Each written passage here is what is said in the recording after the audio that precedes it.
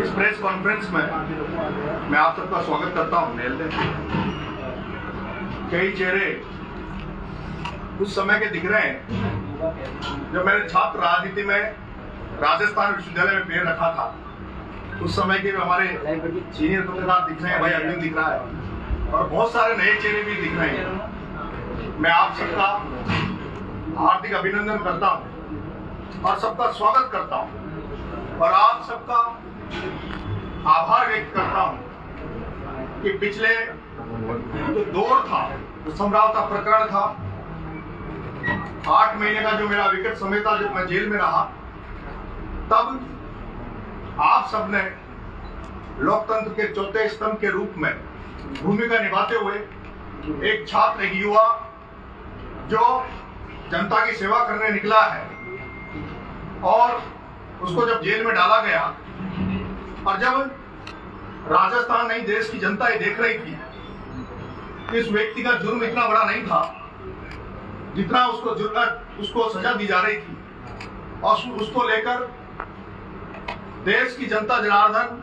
जो भी लोग उस प्रकरण को देख रहे थे, वो सब लोग अपने अपने तरीके से मेरे समर्थन में मदद कर रहे थे। कोई सोशल मीडिया के माध्यम से, कोई सड़कों पर। उसी तरह से आप सब पत्रकार भाइयों ने भी इस युवा छात्र नेता नरेश मीणा को जिस तरह से आपने मुझे दिखाया, मुझे जगह दी, उसके लिए मैं आपका बहुत बहुत धन्यवाद देता हूं, बहुत बहुत आभार व्यक्त करता हूं। मैं 14 तारीख को टोंक जेल से रिहा हुआ हूं। जिस दिन मैं रिहा हुआ उस दिन मेरा मन था, क्योंकि रिहा होने के पहले इस 8 महीने की जेल यात्रा के दौरान 25 फरवरी को विधानसभा घेराव को लेकर बहुत बड़े आंदोलन की तैयारी चल रही थी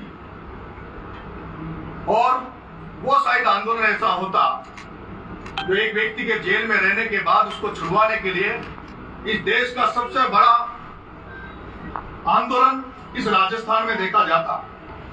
लेकिन सरकार से समझौता होने के बाद में वो आंदोलन वापस ले लिया गया था और उसके बाद मेरी इच्छा थी कि जब मैं जेल से छूटूं तो वो सारे लोग जो मुझे आशीर्वाद दे रहे थे, समर्थन दे रहे थे, इस विकट समय में मेरे साथ खड़े थे, वो सब लोग को मैं चाहता था कि मैं जब जेल से निकलूं तो उन सब लोगों के दर्शन मैं करूं और वो टोंक जेल के बाहर मुझे आशीर्वाद देने आए।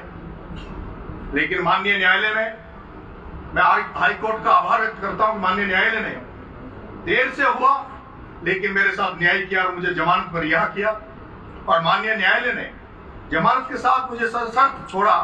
मुझे कहा कि मैं 25 फरवरी को नगर फोर्ट थाने में हाजिरी लगाऊंगा और दूसरा उसके साथ साथ माननीय कोर्ट ने कहा कि मैं ऐसा कोई भी काम नहीं करूंगा जिससे ये लगे कि मैं कोई लड़ाई जीत के आया हूं या मैं कोई जंग जीती है मैंने। और यही कारण था कि माननीय न्यायालय के आदेश की पालना में मैंने सब लोगों को मना कर दिया, सबको कह दिया था कि भाई कोई भी जेल पे नहीं आएगा और माननीय न्यायालय के आदेश की मैंने पूरी अक्षत उस दिन पालना करी है और माननीय न्यायालय के आगे भी मैं पालना करता रहूंगा। ये जो घटनाक्रम था 14 के छूटने के बाद आज 18 तारीख हो गई है। मैंने पिछले 4 दिन में जो भी जितने भी पत्रकार बंधु मेरे पास आए, वो चाहे डिजिटल मीडिया वाले आए, जो भी मेरे पास आए, मैंने सब पत्रकार भाइयों को, सब साथियों को जितना समय उन्होंने मांगा वो मैंने दिया। एक दिन तो मैं दिन के 12 बजे बैठा और रात को 7 बजे तक मैंने सभी पत्रकार भाइयों को पूरा समय दिया। जो लोग आप सब जब भी मुझे चाहेंगे मैं आप सबके सामने रहूंगा और ये उम्मीद करता हूं कि आगे भी आप सबका आशीर्वाद, जो मेरी सोच है, जो मेरा विचार है, जिस मार्ग पे मैं आगे जा रहा हूं, अगर आपको लगता है कि वो मेरा मार्ग ठीक है, जिस रास्ते को मैं चुनने जा रहा हूं वो अगर रास्ता ठीक है तो आप मुझे पूरा आशीर्वाद देना। और अगर कहीं मैं गलत हूं तो मुझे आप सबको ये छूट देता हूं कि आप मेरे को जिस तरह से भी आलोचना करें, उसके लिए भी मैं आपको आमंत्रित करता हूं। लेकिन मीडिया में भी मैं नाम नहीं लूंगा, और कुछ लोग ऐसे थे, एक चैनल की वजह से मैं चुनाव हार गया था, नहीं तो मैं चुनाव जीत जाता। उनको उस तरह से नहीं करना चाहिए। मैं एक टीवी चैनल, नेशनल चैनल को भी देख रहा था, और मैंने सुना और मैं देख रहा था कि वो जिस तरह से उन्होंने यूट्यूब पे कभी वीडियो डाला था कुछ देर पहले, वो न्यूज इस तरह से बनाई गई थी कि वो चाहते हैं कि मैं फिर से जेल चला जाऊं। जो भी एक आरपीएस अधिकारी के लिए मैंने जो बोला था, उसको उन्होंने जिस तरह से पेश किया, वो चाहते हैं कि शायद वापस से मेरे साथ ऐसा कुछ हो और मैं जेल चला जाऊं। मैं ऐसी अपेक्षा आप लोगों से नहीं करूंगा। मैं पिछले 4 दिन से इस समझौता प्रकरण को लेकर और जेल जाने को लेकर ये सारी बातें आप लोगों तक कह चुका हूं, और ये सारी बातें जो लोग समझौता प्रकरण को सुनना चाहते थे या जेल के मेरे एपिसोड को लेकर सुनना चाहते थे, उन तक बात पहुंच चुकी है। इस दौरान जितने लोगों ने मेरी मदद करी, जिन लोगों की जो भूमिका रही, उसको मैंने खुलकर आप लोगों के बीच में रखा है। आज मेरे लिए समझौता का अध्याय एक पुराना अध्याय हो गया, और आज मैं एक नए अध्याय की शुरुआत करने आप लोगों के बीच में आया, और आप सबको मैंने आमंत्रित किया है, और जिस संख्या में आप यहाँ पधारे हैं उसके लिए मैं आपका बहुत बहुत आभारी हूं, धन्यवाद देता हूं। मैंने आज आपको आमंत्रित किया है कि मैं 20 तारीख को जयपुर से सुबह 7 बजे निकलूंगा और मेरे गांव पहुंचूंगा 12 में, मेरे निवास स्थान पर। अभी मैं जेल से आने के बाद मेरे माता पिता जब नहीं मिला, गांव जाकर मैं अपने मेरे माता पिता जिन्होंने मुझे जन्म दिया है उनका आशीर्वाद लूंगा, उनका चरण स्पर्श करूंगा, और उसके बाद में राजस्थान के बॉर्डर पर, राजस्थान के अंतिम छोर पर स्थित झालावाड़ जिले की मनोर थाना विधानसभा के पवित्र धाम, पवित्र स्थान कामखेड़ा बालाजी से एक जन क्रांति यात्रा, पैदल मार्च मैं आरंभ करूंगा। ये पैदल यात्रा, एक पैदल मार्च आरंभ करने का स्थान तो मैंने आपको कामखेड़ा बालाजी का बताया है, लेकिन ये कहां कहां जाएगा, कितने दिन चलेगा, ये अभी मुझे खुद को भी पता नहीं है। इसलिए मैंने उसका ना पॉइंट दिए हैं, ना जगह दी है, ना कितने दिन ये यात्रा। अगर ये सोचता कि मेरे फांसी के फंदे पर चढ़ जाने के बाद, मेरी कुर्बानी देने के बाद, अगर ये भारत, अगर जो आज की स्थिति में ऐसा होगा, तो मुझे नहीं लगता आज भगत सिंह जी पछता रहे होंगे, दुख हो रहा होगा कि मैंने ऐसे भारत का सपना नहीं देखा था जिसके लिए मैंने कुर्बानी दी। भगत सिंह ने सोचा था, भगत सिंह ने विचार था, भगत सिंह की सोच थी, और मैं इस क्रांति यात्रा के माध्यम से पूरे राजस्थान में युवाओं में, देश के युवाओं में, जो लोग भगत सिंह को चाहते हैं, भगत सिंह को आदर्श मानते हैं, उनको मैं ये संदेश देना चाहूंगा, ये कहना चाहूंगा कि आज की तारीख में, आज के युग में वापिस से भगत सिंह को जिंदा करने की जरूरत है। भगत सिंह के सोच को, भगत सिंह के विचारों को एक एक युवा, एक एक छात्र तक पहुंचाने की हमें जरूरत है। ये जन क्रांति यात्रा उसी तरफ आगे बढ़ेगी। हम चाहते हैं कि गांव गांव, घर घर में भगत सिंह पहुंचे, भगत सिंह की सोच पहुंचे, भगत सिंह का विचार पहुंचे, उसको लेकर ये यात्रा मैं कर रहा हूं। भगत सिंह का सपना था भारत धर्मनिरपेक्ष बने, समाजवादी व्यवस्था हो, सभी का सामाजिक और आर्थिक सबको न्याय मिले, सभी समाजों को एक जैसा देखा जाए। भगत सिंह ये भी चाहते थे कि राजनीति और धर्म अलग अलग रहे। भगत सिंह राजनीति को और धार्मिकता को एक साथ नहीं देखना चाहते। आज जरूरत है इस क्रांति की कि जिस तरह से पंजाब बर्बाद हुआ, आज उसी तरह से राजस्थान भी नशाखोरी के और नशा का जो शौक है उसमें बर्बाद हो रहा है। हम शहरों में भी देख रहे हैं और गांव में भी मैं देख रहा हूं। जिस इलाके से मैं आता हूं वहां अफीम की खेती होती है और वहां चित्तौड़ में अफीम की खेती होती है। आज से मैं 20 साल पहले देखता था कि हमारे यहाँ जब इसका स्मैक का नशे का चलन हुआ, उन घरों को मैंने देखा, उन परिवारों को मैंने देखा जो लोग इस नशा के जंजाल में फंस गए, परिवार भी नष्ट हो गए, उनके गांव जहां वो रहते हैं उनके आसपास का क्षेत्र भी नष्ट हो गया।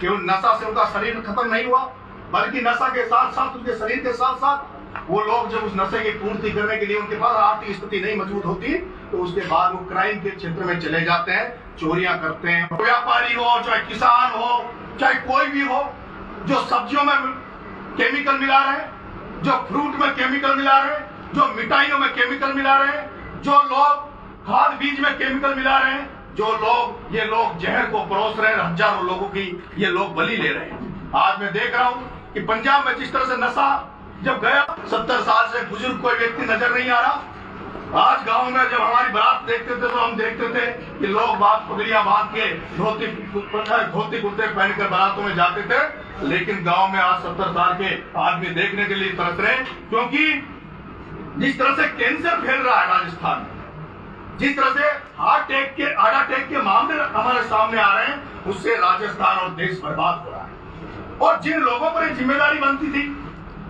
आज हम सोचते हैं कि जो सफेद पोष नेता, जो लोग राजनीति में आते हैं, बड़ी बड़ी बातें करते हैं, इमोशनल ब्लैकमेल कर वोट ले लेते हैं, लोगों से कहते हैं हम गरीब को गणेश मानेंगे, सब लोगों की सेवा करेंगे। लेकिन मैं देख रहा हूं जिनकी सबसे ज्यादा जिम्मेदारी है वो सबसे ज्यादा इस देश को, इस हमारे प्रदेश को खा रहे हैं। इसलिए ये क्रांति यात्रा में निकाल। आज जरूरत है इस राजस्थान में एक ऐसी क्रांति की, जब हम देख रहे हैं कि न्यायपालिका में जिनसे हम न्याय की उम्मीद करते हैं, उस न्यायपालिका में एक हाई कोर्ट का जज, उसके मकान में पैसों के बंडल मिलते, करोड़ों रुपए मिलते, पूरा भारत सवाल पूछ रहा है कि वो क्या उस जज पे न्याय का डंडा नहीं चलेगा।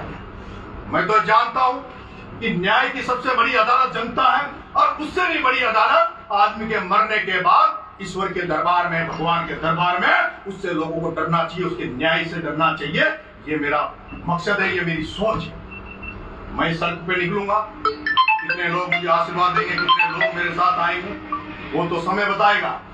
जिनको लगता है कि मैं सच्चाई पे चल रहा हूँ, ईमानदारी पे चल रहा हूँ, वो लोग मेरी मदद करने जरूर आएंगे। मैं चाहता हूँ कि राजस्थान की राजनीति बदले, राजस्थान की व्यवस्थाएं बदले, सिस्टम बदले। चारों तरफ भ्रष्टाचार है, लोग थानों में, तहसीलों में, ग्रामीण एरिया में, सब जगह भ्रष्ट लोग बैठे। और ऐसे भ्रष्टाचारियों के खिलाफ, भ्रष्ट लोगों के खिलाफ कोई खड़ा होने लगता है तो एक बहुत बड़े तबके, बहुत सारे लोग उनको बचाने के लिए खड़े हो जाते हैं। और यही कारण है कि कई नेता, कई राजनीति के लोग, समाज सेवी लोग भी उनके खिलाफ नहीं बोलते। आज मैं देख रहा हूं जितने ब्यूरोक्रेसी में भ्रष्टाचार है, उतना ही राजनीति में भी भ्रष्टाचार है, उतना ही एनजीओ में भी भ्रष्टाचार है। जो समाज सेवा के नाम पे एनजीओ चलाते हैं, उनमें भी अगर आप सच्चाई से, ईमानदारी से पूछोगे तो वहां भी कहीं से कहीं भ्रष्टाचार का मामला वहां पे भी बैठा हुआ है। मैं इस भ्रष्ट सिस्टम को खिलाफ, मैं भ्रष्ट सिस्टम के खिलाफ, इस मिलावटखोरी के खिलाफ मैं एक जन क्रांति यात्रा राजस्थान में निकाल रहा हूँ। ये यात्रा मैं जनता के बीच में जाऊंगा, जनता से अपील करूंगा कि अब जनता को सड़कों पे उतरने की जरूरत है। अब जनता को इन भ्रष्ट अधिकारियों के, इन भ्रष्ट नेताओं के गाल पे तमाचे मारने की जरूरत है। अब इन नेताओं को माला पहनाने की, वोट देने की जरूरत नहीं है। अगर जनता को लगता है कि ये नेता चोर है, नेता भ्रष्टाचार कर रहा है, जमीनें खा रहा है, ये जो माइंस में रेत बजरी खा रहा है, तो जनता समाज को सड़कों पे आना होगा।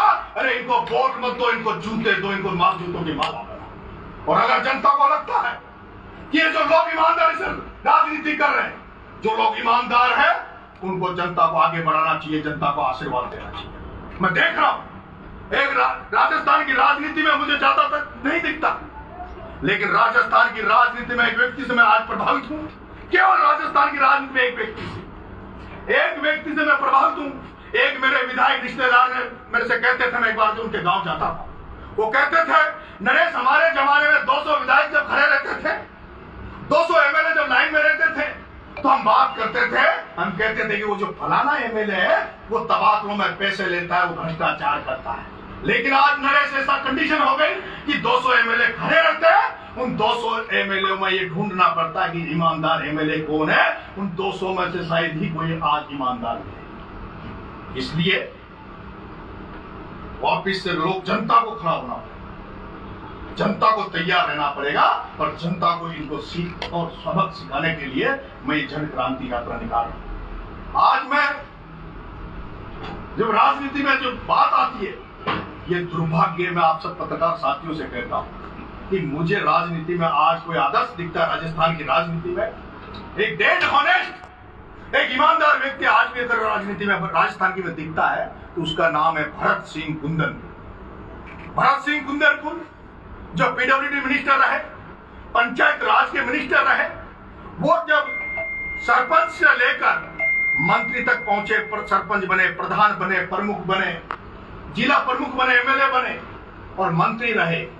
और जब वो पिछली बार जब उनको लगा कि मैं पंच नहीं था तो पंच का भी चुनाव अपनी पंचायत से जीते, पंच बने, उनकी पत्नी सरपंच बनी। और वो व्यक्ति के हालात में अभी देखता हूं, उस डेड ऑनेस्ट ईमानदार भरत सिंह चिल्ला चिल्ला के कहते रहे, लेकिन आज कोई सुनने वाला नहीं है।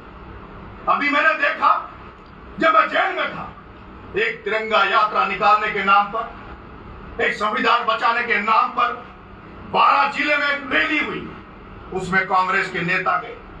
उन्होंने ना संविधान बचाने की बात करी, उन्होंने ना तिरंगा यात्रा की बात करी, उन्होंने ना भारत कैसे आगे जाएगा, राजस्थान कैसे आगे जाएगा, इसकी बात नहीं करी। उन्होंने बात करी कि प्रमोद जैन भाया उस पर जो मुकदमे लगे भ्रष्टाचार के, उस पर मुकदमे लगे कातिलाना हमला करवाने के, उस पर जो मुकदमे लगे नरेश मीणा और अन्य वहां के जो छात्र राजनीति, युवा राजनीति, अच्छी राजनीति करना चाहते हैं उनको मरवाने के, उनको बचाने की उन्होंने मंच से बात करी। और वो डोटासरा जो कहता मैं मौर्य बुला दूंगा, डोटासरा जी आप वहां प्रमोद जैन भाया को बचाने के लिए किस तरह से मंच पर भाषण दे रहे थे, चैलेंज कर रहे थे प्रशासन को, पुलिस को, कि अगर किसी ने प्रमोद जैन भाया की तरफ आंख उठाए, प्रमोद जैन भाया के ऊपर हमला किया तो हमसे बुरा नहीं होगा। आदरणीय डोटासरा जी, प्रमोद जैन भाया को तो जेल जाना ही पड़ेगा। जब नरेश मीणा आम जनता के लिए लड़ाई लड़कर 29 मुकदमे खाकर 9 बार जेल जा सकता है, तो प्रमोद जैन भाया जैसे भ्रष्ट व्यक्ति को, जिसने कानून को हाथ में लिया, उसको जेल तो जाना ही पड़ेगा।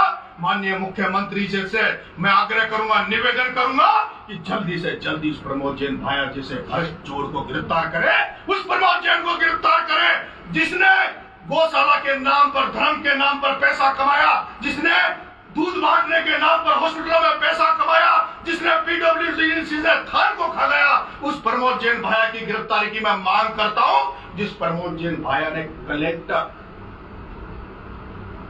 12 जिले के जिला कलेक्ट्री, जहां कलेक्टर बैठता है, जहां एसपी बैठता है, और कांग्रेस के राज में जो गौ माताओं के लिए 100 बीघा जमीन थी, गौ माताओं के लिए 100 बीघा जमीन थी, गौशाला थी, उसके 100 करोड़ की मिट्टी निकाल निकाल कर बेच दी। उस प्रमोद जैन भाया की गिरफ्तारी की मांग नरेश मीणा करता है। मैं आज राजनीति को लेकर कोई बात नहीं करना चाहता और ना ही मैं सम्राट और ये जो पिछला दौर है उसको लेकर मैं बात करना चाहता हूं। मैं चाहता हूं मैं एक नया अध्याय की शुरुआत कर रहा हूं। सच्चाई से, ईमानदारी से आगे रास्ता मुझे तय करना है। मैं मेरे साथियों से जो जनता जनार्दन का आशीर्वाद मुझे मिल रहा है, उनसे भी मैं कहना चाहता हूं कि नरेश मीणा के साथ साथ अगर आपको रहना है तो नरेश मीणा के अगर आपको साथ रहना तो आपको भी संकट झेलने पड़ेंगे, आपको भी जेल जाने के लिए तैयार रहना चाहिए, आपको भी मुकदमे खाने के लिए तैयार रहना चाहिए, आपको भी आर्थिक नुकसान उठाने के लिए तैयार रहना चाहिए। जिस तरह से नरेश मीणा ने पिछले 20-25 साल से परिवार को छोड़ रखा, बच्चों को छोड़ रखा, उसी तरह से अगर आप नरेश मीणा का साथ देना चाहते हैं, साथ रहना चाहते हैं, तो आपको भी उसी तरह से मेरे साथ रहना होगा। संकट भी आएंगे, लोग आपको कुचलेंगे, विषय मुकदमे भी लगाएंगे, जेल भी भेजेंगे, आर्थिक रूप से नुकसान भी करेंगे, लेकिन वो ज्यादा दिन नहीं टिकने देंगे, उनको सबको खत्म। मैं आप सबसे आशीर्वाद मांगता हूं और जब मैं 20 तारीख को सुबह 7 बजे जयपुर से रवाना होऊंगा, शिवदासपुरा टोंक उनियारा होके इंद्रगढ़ लाखेरी होते हुए इटावा होते हुए मांगरोल होते हुए अटरू होते हुए मेरे गांव जाऊंगा। इस दौरान जो भी साथी, युवा साथी जो सक्षम है, मैं किसी को आज कोई 1 रुपए का डीजल नहीं भराता, ना पहले भराता था, ना एक गाड़ी में कोई किराया दूंगा। और मैं ये भी कहता हूं जो लोग मेरे साथ मेरे गांव चलना चाहते हैं, मेरे घर चलना चाहते हैं, मेरे घर पर उन लोगों की कोई व्यवस्था नहीं होगी, मेरे पास उनको खाना खिलाने के कोई पैसे नहीं होंगे। जो लोग मेरे साथ गांव चलना चाहते हैं, इस जन क्रांति यात्रा में शामिल होना चाहते हैं, वो तमाम लोग, वो तमाम साथी अपनी अपनी व्यवस्था से चले। अगर उनको खुले नील के बादलों के नीचे सोना पड़े तो उनको सोना पड़ेगा। उनको हम इस क्रांति यात्रा में 30 किलोमीटर पर डे पैदल चलेंगे। जो सारे लोग मेरे साथ चले वो जो वही चलेंगे जो पैदल चलेंगे, कोई गाड़ी में नहीं बैठेगा, कोई ऐशो आराम के लिए नहीं, ये वीआईपी कल्चर की क्रांति रैली नहीं है, ये तो संघर्ष की रैली होगी। जिस तरह से भगत सिंह ने फांसी का फंदा इसलिए लगाया कि मैं आजाद कराने के लिए मुकदमों से मत डरो, जेल डालने से मत डरो, कुर्बानियां देने से मत डरो, उसी तरह से जो मेरे साथ लगना चाहते हैं उनको भी नरेश की तरह कुर्बानियां देनी पड़ेगी, नरेश की तरह संघर्ष करना पड़ेगा। मैं आपसे पत्रकार साथियों ये भी कहना चाहता हूं कि अभी मैं केवल जमानत पर आया हूं और पिछले 4 दिन से मैं जिस तरह से स्टेटमेंट दे रहा हूं, जिस तरह से मैं खुले तौर पे बोल रहा हूं, मुझे कल इस तरह का मैसेज है, मुझे ऐसा लगता है कि शायद फिर से मुझे इस बार लंबा तावीज भर के लंबी जेल यात्रा मेरी करवाई जा सकती है। पर मुझे चिंता इस बात की नहीं है।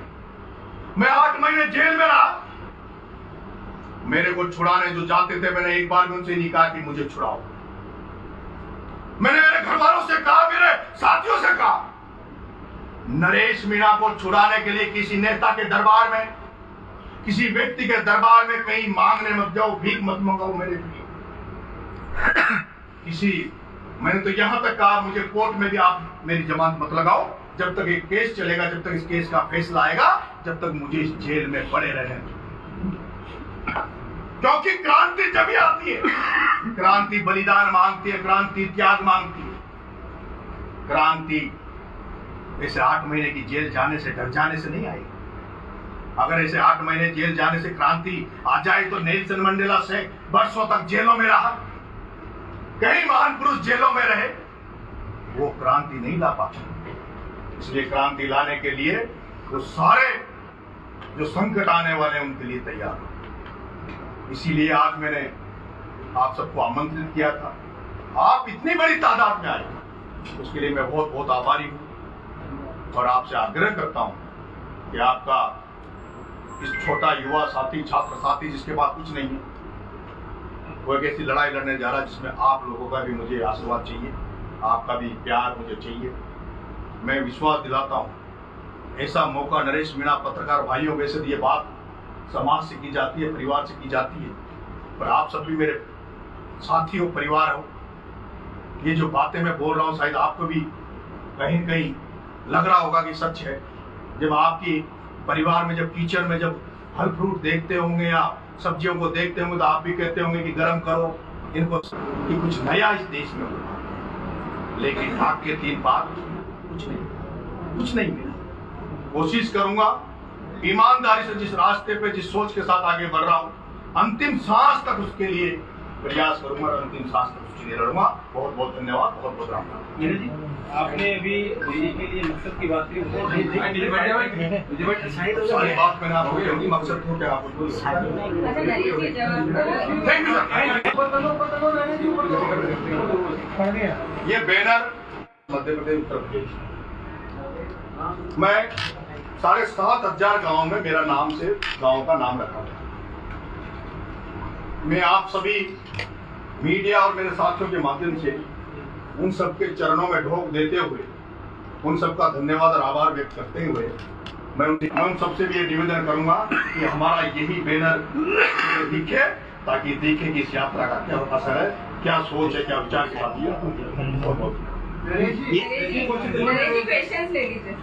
मैं आपसे पूछूंगी, जब आपको गिरफ्तार किया जा रहा था, आप पुलिस की गाड़ी में बैठे, तब आपने ये चीज बोली थी कि मुख्यमंत्री जी ने अपना वादा नहीं निभाया, तो वो कौन सा वादा था जो उन्होंने नहीं निभाया? समझौता प्रकरण को लेकर जितनी बातें मुझे कहनी थी, जितनी बातें आप लोगों ने सारी सुन ली। समझौता प्रकरण और जेल के 8 महीने रहने के मामले को लेकर मैं माफी चाहता हूँ। इस मामले में मैं कोई चर्चा नहीं करना चाहता।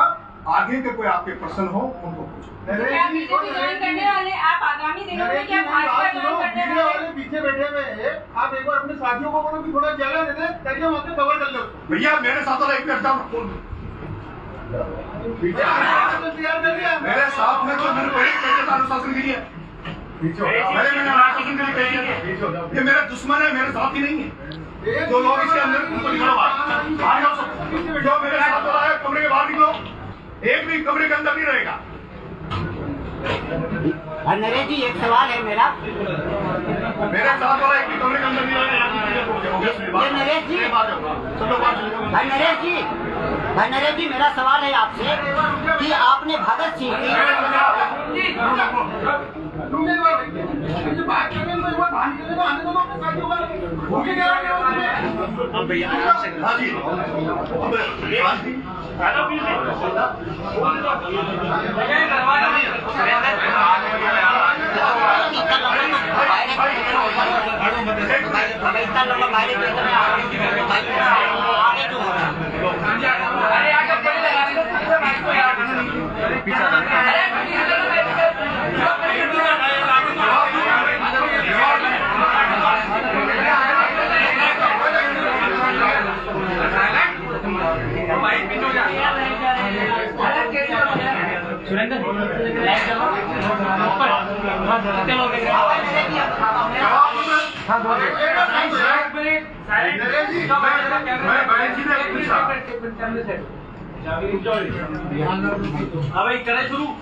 नरेश जी पहले तो संस्कृत में जो आपकी जानकारी आता है ना, उसके बाद में संस्कृत में जानकारी दे दो, क्योंकि हम वाइड हो जाएंगे। आपने सर बहुत लंबा कर दिया, सबको दे दिया। 26 मिनट से मैं बहन जी ने मेरे से सवाल पूछा है, क्या आगामी समय में आप क्या एमएलए या बीजेपी ज्वाइन करोगे?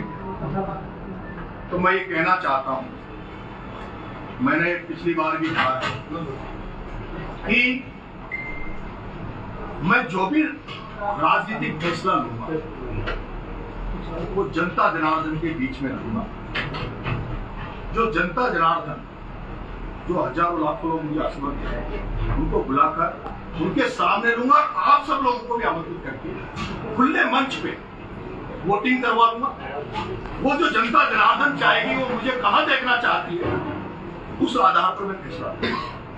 ये नरेश जी मेरा सवाल आपसे ये है कि खुद को अपने आप के बगल में भगत सिंह का फोटो लगा रखे हैं, तो क्या अपने आप को भगत सिंह से तुलना कर रहे हैं क्या कि मैं अभी का भगत सिंह?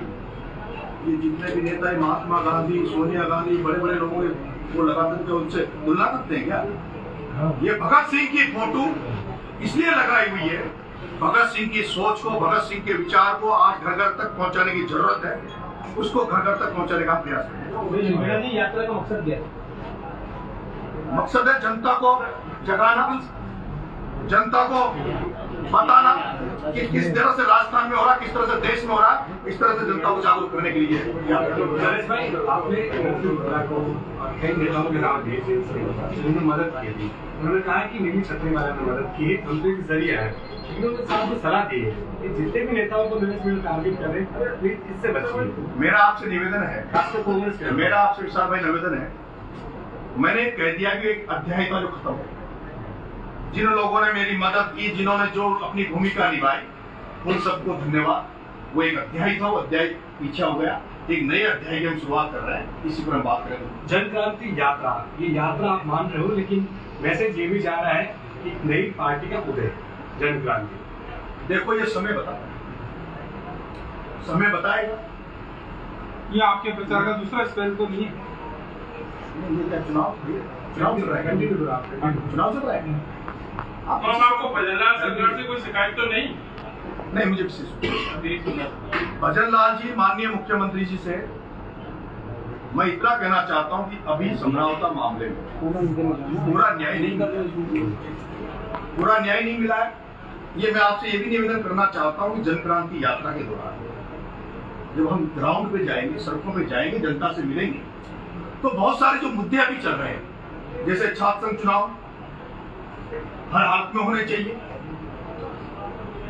एक सवाई माधोपुर में 3 विधानसभा में डूंगरी बांध बन रहा है, वहां 76 गांव लाखों लोगों से जुड़ा हुआ मामला है। लोग रोज आंदोलन कर रहे हैं, उनका मामला उठाने का है। जिस तरह के जितने भी जो राजस्थान के मुद्दे हैं, उन सबको हम इस जनक्रांति यात्रा में उठाएंगे और उनको जनता तक ले जाएंगे। और जब फिर जनता का क्या इस यात्रा को सहयोग मिलेगा, आशीर्वाद मिलेगा, उसके बाद देखेंगे। नरेश भाई, इसमें कोई बड़ा चेहरा होगा राजस्थान की राजनीति? नरेश मीणा से बड़ा चेहरा कौन है भाई? और कोई नेता शामिल नरेश मीणा होंगे? चेहरा है, मैं चेहरा नहीं हूँ। बिल्कुल। आप तो लोग इतने सारे लोग आशीर्वाद देने आ गए, अपनी चेहरा की जरूरत है क्या? ठीक है, हो गया। बताओ, पूछो कोई अच्छा। एक सवाल और है। हाँ, बोल अरुण जी बोलिए।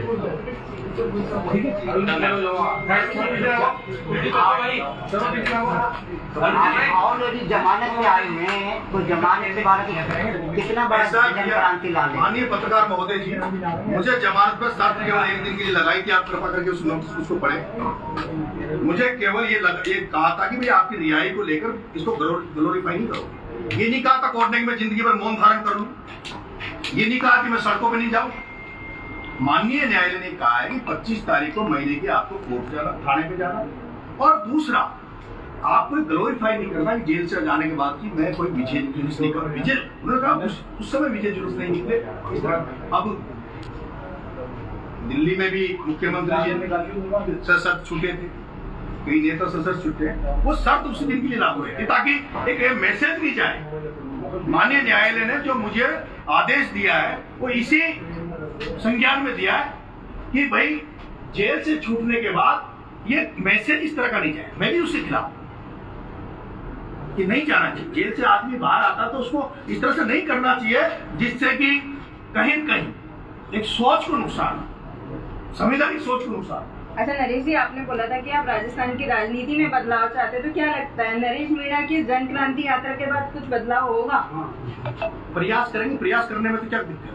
कितना होगा कितना नहीं होगा ये तो आने वाला समय बताएगा। ठीक है, धन्यवाद।